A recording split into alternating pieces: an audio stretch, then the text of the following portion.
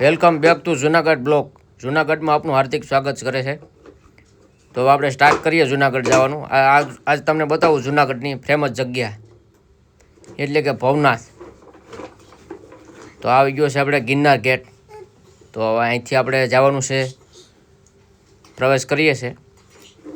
તો ટ્રાફિક આજ છે નહીં બહુ, અને સામે દેખાય છે ગિરનાર. તમે જુઓ ગિરનાર કેવો મસ્ત મજાનો દેખાય, અને ઉપર વાદળા જો ટચ કરીને જાય છે આવું ઉનાળામાં.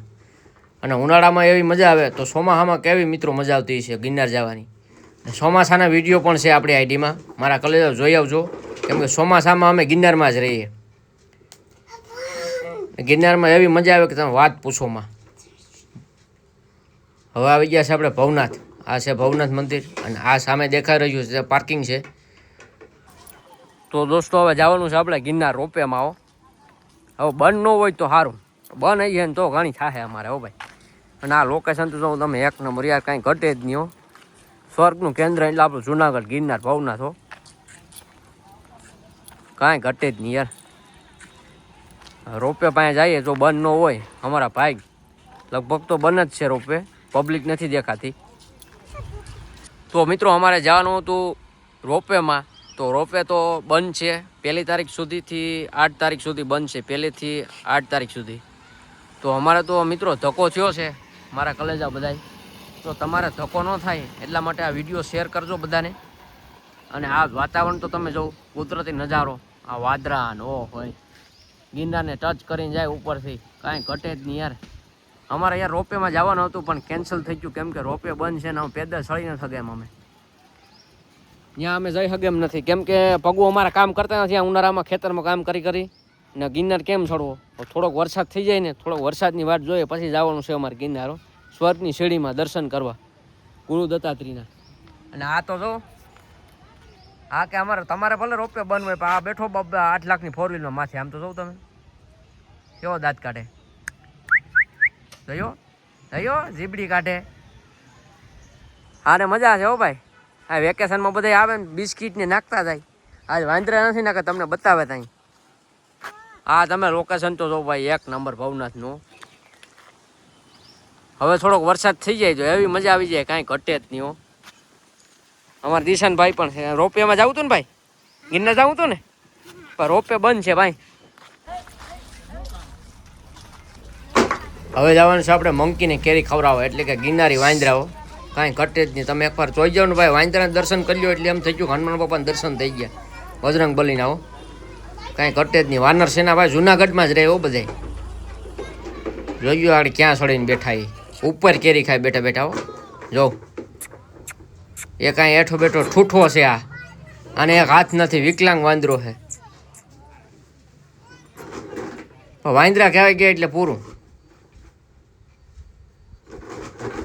હવે આવી ગયું છે આપણે આ રોપવે, જૂની સીડી તરફ જવાનો રસ્તો. આ છે આપણે ઉડન ખટાલા રોપવે, એટલે કે અહીંથી ટિકિટ લેવાની અંદર જવાની. તો મિત્રો આ છે આપણે ગાડી જાય છે તે જૂની સીડી તરફ જવાનો રસ્તો છે, જટાશંકર ને જૂની સીડી. ને આ છે આપણે ઉડન ખટાલા રોપવે.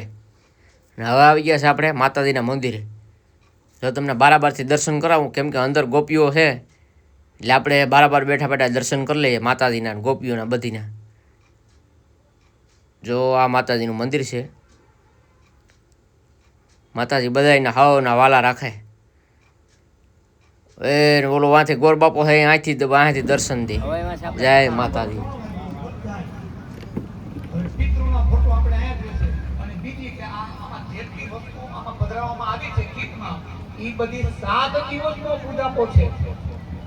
આ પૂજાપો પંચામૃત ને બાદ કરી નાખો એટલે 7 દિવસનો પૂજાપો છે. પંચામૃત અને ફૂલ એ કાયમના કાયમ માહિતી આપવામાં આવશે. બાકી 108 પોથીજી, પોથીશ્રી ભગવત સપ્તાહ સેવા યજ્ઞમાં આપનું હાર્દિક સ્વાગત છે.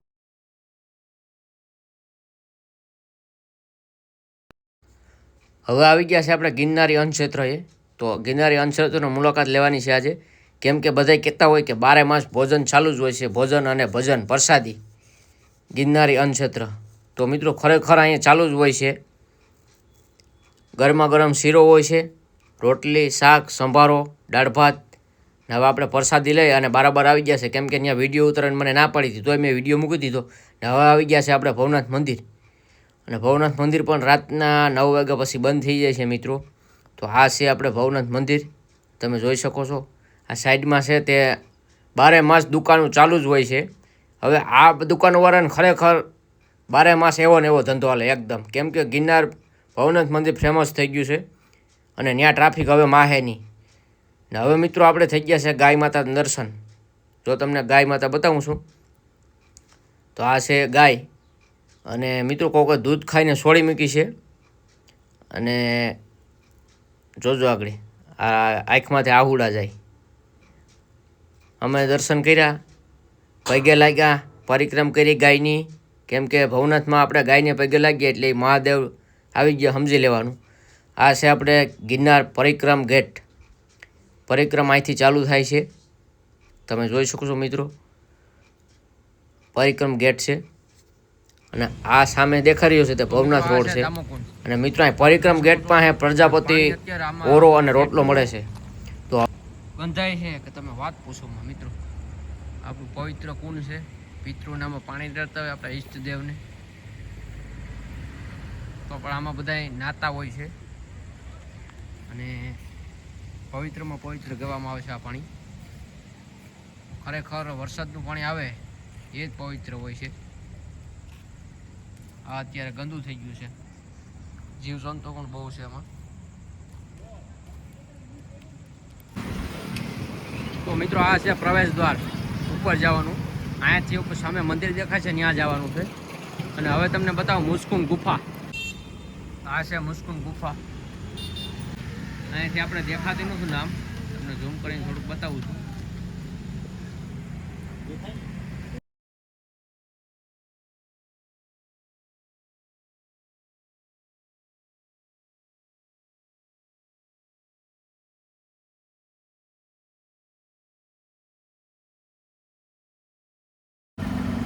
જે જુનાગઢમાં ભવનાથમાં આવેલું છે, હજારો વર્ષ જૂનું ઝાડ છે, તે તમને બતાવું છું. અત્યારે આપણે અંધારું થઈ ગયું છે અને 10 વાગી ગયા છે ભવનાથમાં. હજારો વર્ષ જૂનું ઝાડ છે, નવાબના વખતનું છે, નવાબની પણ પહેલાંનું છે.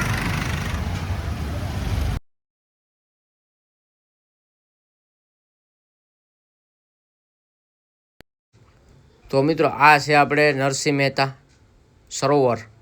ના ટ્રાફિક તો જોઉં તમે હાલના ભાઈ, બહુ ટ્રાફિક છે. અને સાંજે 20 રૂપિયા ટિકિટ છે ભાઈ. અને કંઈક ઓફર હોય છે, કંઈક ફ્રી હોય છે. પણ અહીંયા પણ પાણી એવું જ સુગંધ આવતું હતું, કેમ કે ઉનાળો છે ભાઈ. અત્યારે ક્યાંય પાણી બદલે નહીં, કેમ દામોકુંડમાં ન બદલે કે આમાંય ન બદલે. તો એ દામોકુંડમાં 2 વખત પાણી બદલાવ્યું છે જુનાગઢ નગરપાલિકાએ.